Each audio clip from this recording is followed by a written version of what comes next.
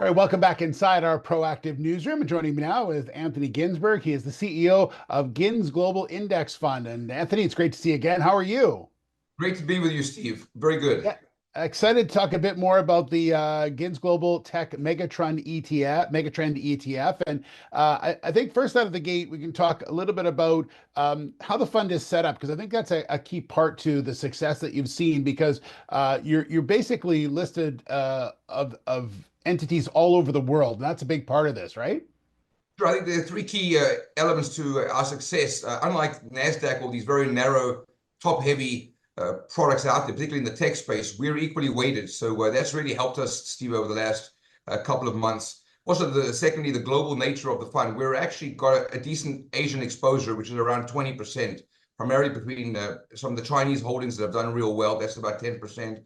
The US is still around 60%, but the global nature of our benchmark, which really focuses on tech megatrends, growth internationally.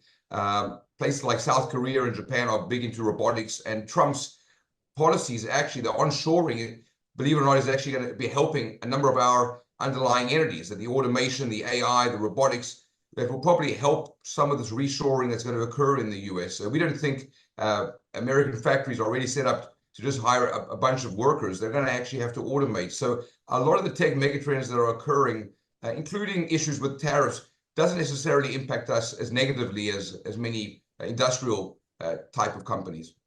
But I would imagine you're still seeing the just the growth of AI, the growth of cloud. I mean, they're key in your ETF. So I'd imagine what you've seen from them over the last little while has been pretty encouraging. Yes, actually, a year to date, some areas such as, although AI is getting a lot of attention, it's the crossover where you see this big acquisition, for example, of Google Cloud buying for $32 billion, buying Wiz, which is a large cybersecurity player.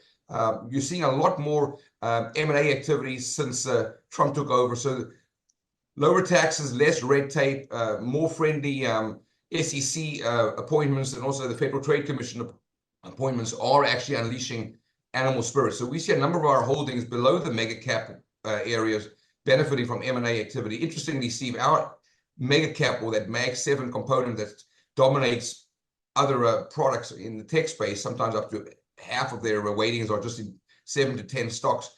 In our case, it's only about 9% of our fund. So we're much more evenly exposed across these other 8 sub-themes, which we often talk about: cybersecurity, social media, future cars. Just last month, BYD, which is a Chinese EV maker, did over 30% in a month. We've had Alibaba from China also doing real well. So that's actually helped boost performance and really shows the global nature of what we're trying to do here.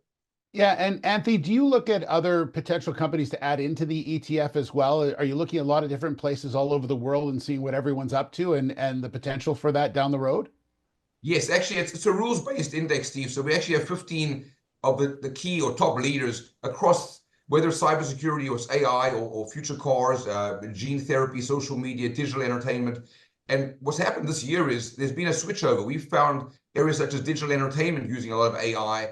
The folks at Netflix and others have done real well. Of all the Mag 7s or FANGs, most of them are down. It's only been Facebook, Meta, that's actually had a positive return. So it's these next tier companies, I call them just the regular large caps, which are often amongst our top 15 leaders for each of these sub-themes. We have 120 holdings, as you recall. They're actually benefiting from sort of more demand. And actually their PEs, by the way, are still below, in many cases, the average is around 18.5 to 19 times future earnings, which is pretty low historically. When you look at what happened back in the 2000s, for example, or 1999, those PEs had flown way across 50 to 100 levels. So we're not in the old sort of tech bubble that many think. We actually think that this is a buying opportunity with PEs around 18 to 19 times, which is really the average for our tech megatrend. And I would imagine those companies that you're talking about, those ones that you look at, there's also that trickle down effect that feeds the companies below them and below them and below them as well.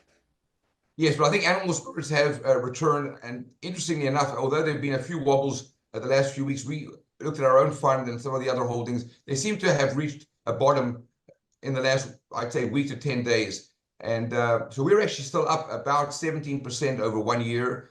And we're now actually up for year to date as well. And it's very different to the more narrowly focused tech products that typically are very dominated by these mega caps. We've actually really tried to just focus on drilling down, Steve, across things like robotics. If the top leaders are in South Korea or Japan, you'll find our robotics plays, for example, are much more international, because those areas of the world have frankly been ahead of the US. A lot of the US manufacturers are going to have to automate and bring robotics in big time. They've historically been able to outsource through NAFTA or to China and not really had to bite the bullet. So we're actually quite positive on areas such as AI, automation, robotics, really benefiting this fund as we go forward. And actually, it's a convergence, lastly, across areas where AI, up until now, hasn't played a massive role, like cloud, cybersecurity, even digital entertainment. We see more AI usage in that space. And interestingly, lastly, cloud are actually the biggest buyers of NVIDIA chips and AI. So although we own NVIDIA and we own a number of these large players like Microsoft, when you look at the broader spectrum, Microsoft did a massive $72 billion acquisition. It's the biggest one in the last 3 years, of Activision, a gaming company. So we really see this area being not just a narrow AI theme, it's really a convergence across 6, 7 different multiples. Absolutely. It's the GINS Global Tech Megatrend ETF. Anthony, thanks so much for giving us an update on where you're at, and we look forward to our next conversation, okay? Thank you, Steve. All right, there's Anthony Ginsberg, the CEO of GINS Global Index Fund.